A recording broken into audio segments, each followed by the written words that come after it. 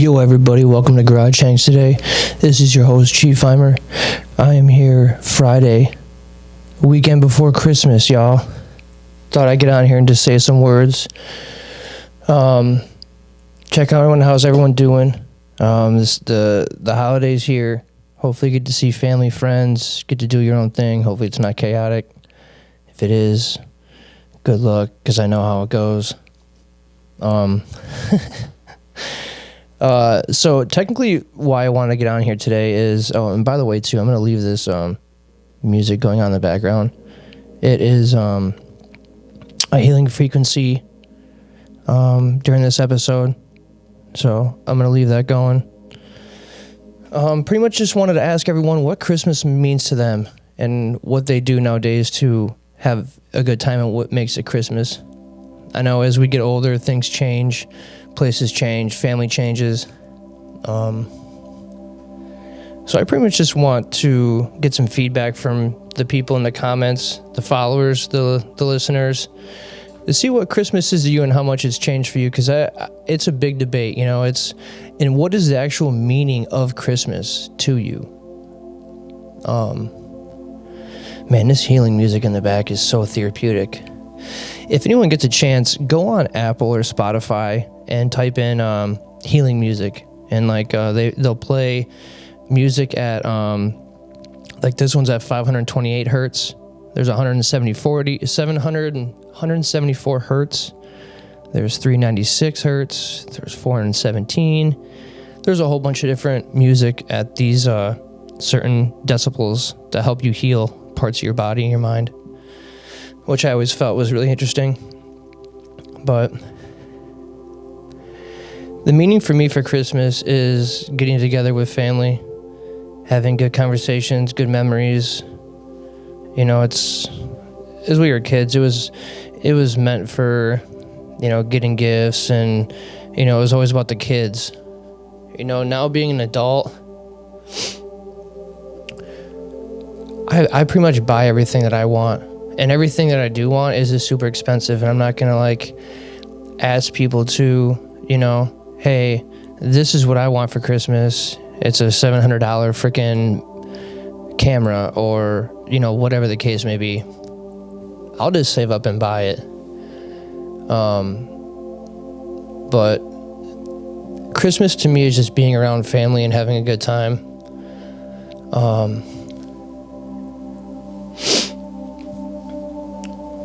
It's become too much of an overpopulated holiday, where it's just always about getting PlayStations and video games and electronics and stuff like that, which I'm not saying that stuff's bad, because I buy video games and electronics all the time. So,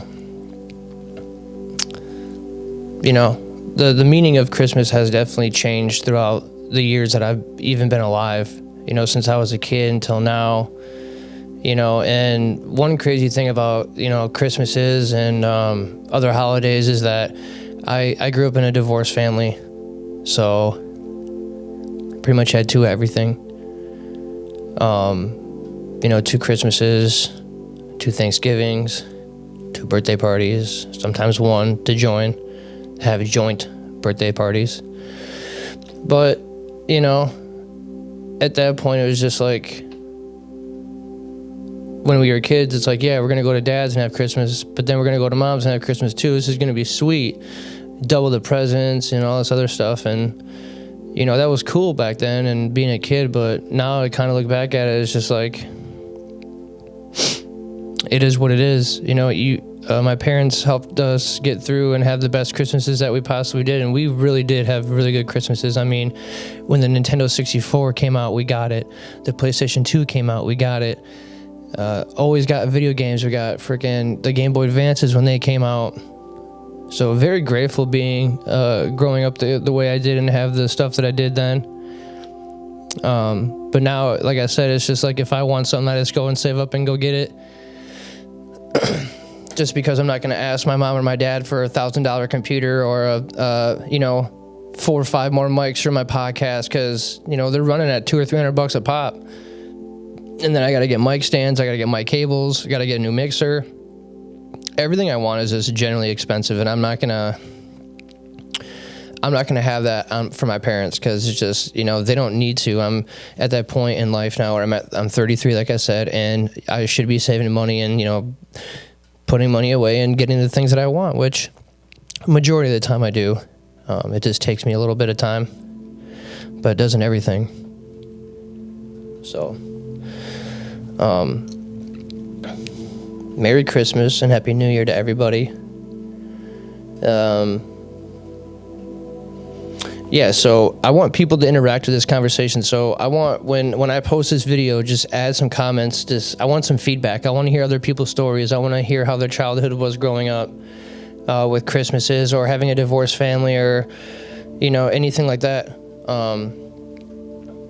So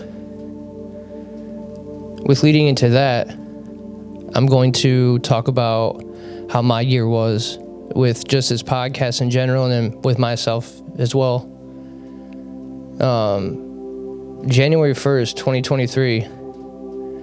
I'm always an even number person. So every time there's an odd year that comes apart, it just seems that comes in line next. It just kind of seems like a lot of good things do happen, but there's sometimes more of the bad. And I don't mean to always think of more of the bad times, because there's more good than bad. But this year's been really up and down, and to say it that, I've made it through it, and a lot of people don't. And the up and downness of life is the way it is. Life throws you things that you have to either deal with or not deal with and avoid. And everything that's been thrown at me, I had to take head on, take responsibility and accountability for the things that happened, and own up to some things, and make some changes with me and myself. It's been a very good progressing year, positively setting the mindset into a better place, more manifesting daily. I've gotten so much better at doing it now. It's like, if you take that time to sit down and just think about what you want instead of what you don't want happening, things will start changing, and you'll thank me. Just look up the 12 laws of the universe. 12 laws of the universe. The law of attraction. What you think is what you get. When you wake up to your alarm that you have to go to work, and you're just complaining about being up so early and everything else, you want to know something? The chances of you opening your eyes are very none to slim. You never know what could happen tonight when you go to sleep and not wake up tomorrow. So instead of complaining when you open up your eyes, look at what you have around yourself, your bedroom, wherever you fell asleep, your living room, and even if you're sleeping in a car, and hopefully not a lot of you are, but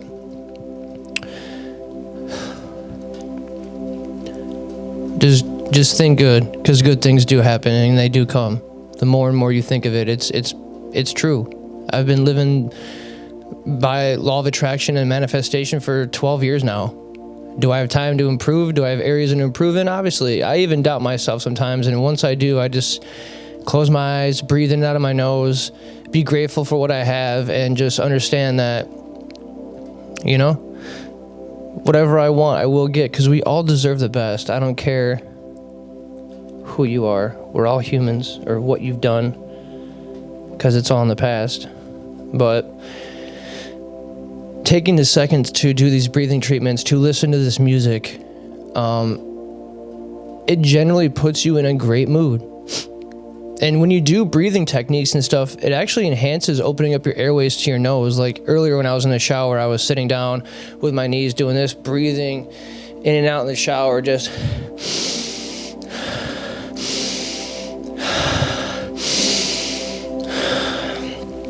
and I felt so good after that. Everything that I was upset about just went away. It's starting to rain. The last couple of days have been gloomy. And how do you guys deal with gloomy days? How do you deal with gloomy days up here in Wisconsin or wherever you're at?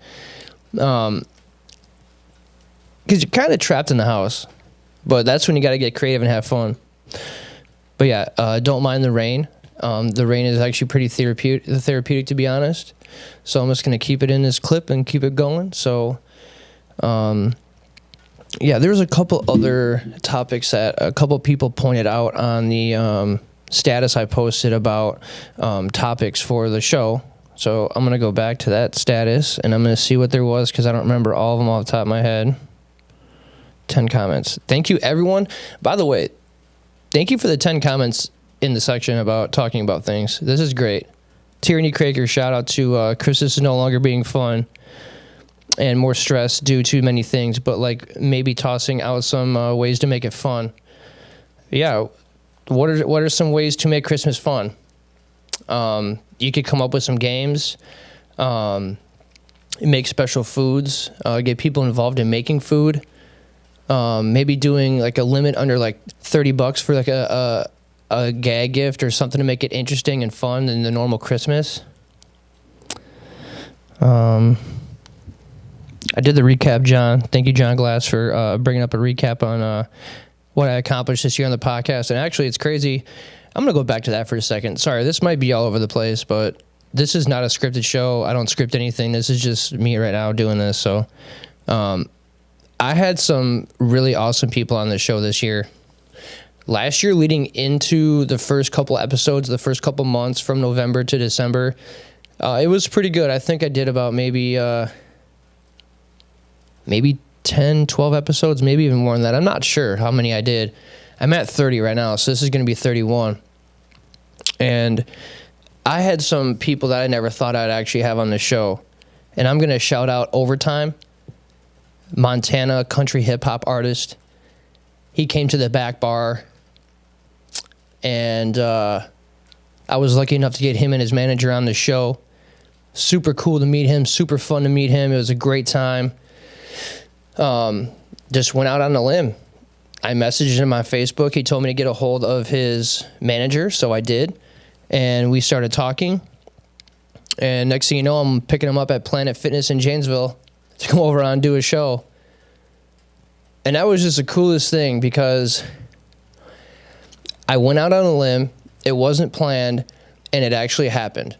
I manifested him sitting in this chair. I don't know how many times I came out here and imagined him sitting there and having a conversation with me.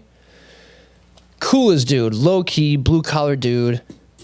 Besides the fact, like, coming to the garage with all the Packer stuff, because he is a Raiders fan, he did like the setup. He thought the setup was authentic. It was cool. It was real. It was chill. This is like how it is up here, and it's like, this is what we do up here. We hang out in our garages. Well, at least I do anyway, and I know a few other people that do, but it's just the way that people sometimes hang out in Wisconsin. It just is what it is. But to give a shout out quick, to be honest, I might just go on my YouTube and just say thank you to everyone that actually has been on the show and has made it possible for me to do what I do to have fun. So within this duration of time, I want to say thank you to my fiance Amber for episode number 1. I want to say thank you to Father's Milk on episode 2. Blake Krulak, episode 4. Thank you, homie, for coming on the show. I switched these two around, so David Burt would be number 3. Shout out David Burt. Thank you for being on this podcast. It was fun. Camo James at number 5. Shout out, homie. I did an episode called Me, Myself, and Chiefheimer. That was 11 months ago. Episode number 6, Trent Thayer. Thank you for being on the show, brother. Episode 7, I have Catfish. Shout out Catfish. Thanks for being on the show, bro. In episode number 8, we have Devin Harnack. Thanks, bud. It's my highest video yet. 819 views on an episode 11 months ago. I have some shorts that are a couple thousand views. All right, episode number 9. We are at AJ the Barber. Dude spits some real logic. Good character, good person. Definitely a pleasure having him around. Episode 10. Evan House. Shout out, buddy. Good person, good friend. Definitely has your back for anything. You need anything, he's there to help. Episode 11. The Mid-City Kid and Third Eye View. Keep grinding. Keep doing what you guys are doing. You guys are great people. You'll go places for sure. I feel it. Thank you for coming and signing your name on the board on the garage. I appreciate it. Episode 12, Toolbox Todd, my father-in-law. Need some more Toolbox Todd, I guess, on the episodes, right? All right. And then we got episode 13, part 2 with Blake Krulak, where we talked about football and some other stuff. We actually watched the game that night. Nails by Marissa, episode 14. I did a return episode because for 3 months I was down without a camera.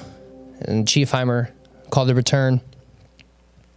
Episode 16, I did it with my brother John Glass. Love you, brother. Episode 17, I did with Shades Boozman. Shout out to Shades. That dude drove 2.5 hours down here. We've never met in our entire lives. And we filmed an hour and 57-minute long podcast. Shout out to you, man. Sick producer. Get in touch with him if you want to make music. Episode number 18, Cake Baker. Shout out Cake Baker. Making a cake baking clothing up in Madison. Get at him. I got Chiefheimer and Zach the Homie, episode 19. I got, these are 2 side episodes I did up at the pop-up event for my cousin and her boyfriend at Sublime Inc. in Madison. We did 343 Holy. Shout out. Shout out, bro. I miss you. And shout out to Mr. Sloth. Episode 20, coming in hot, Madison, AFGM Media Group, Chaos New Money. Episode 20. It was a pleasure going to his studio, checking it out. It was beautiful. Beautiful. Check it out. AFGM Media Group at Madison. The biggest, bestest, beautifulest studio around. AJ the Barber came back for episode 21. Came back for a second visit. Great talks, man. Talked for an hour and 10 minutes on that episode. My boy Callie, D.A. Callie, episode 22. My good long lost friend, Sergio, man, episode 23.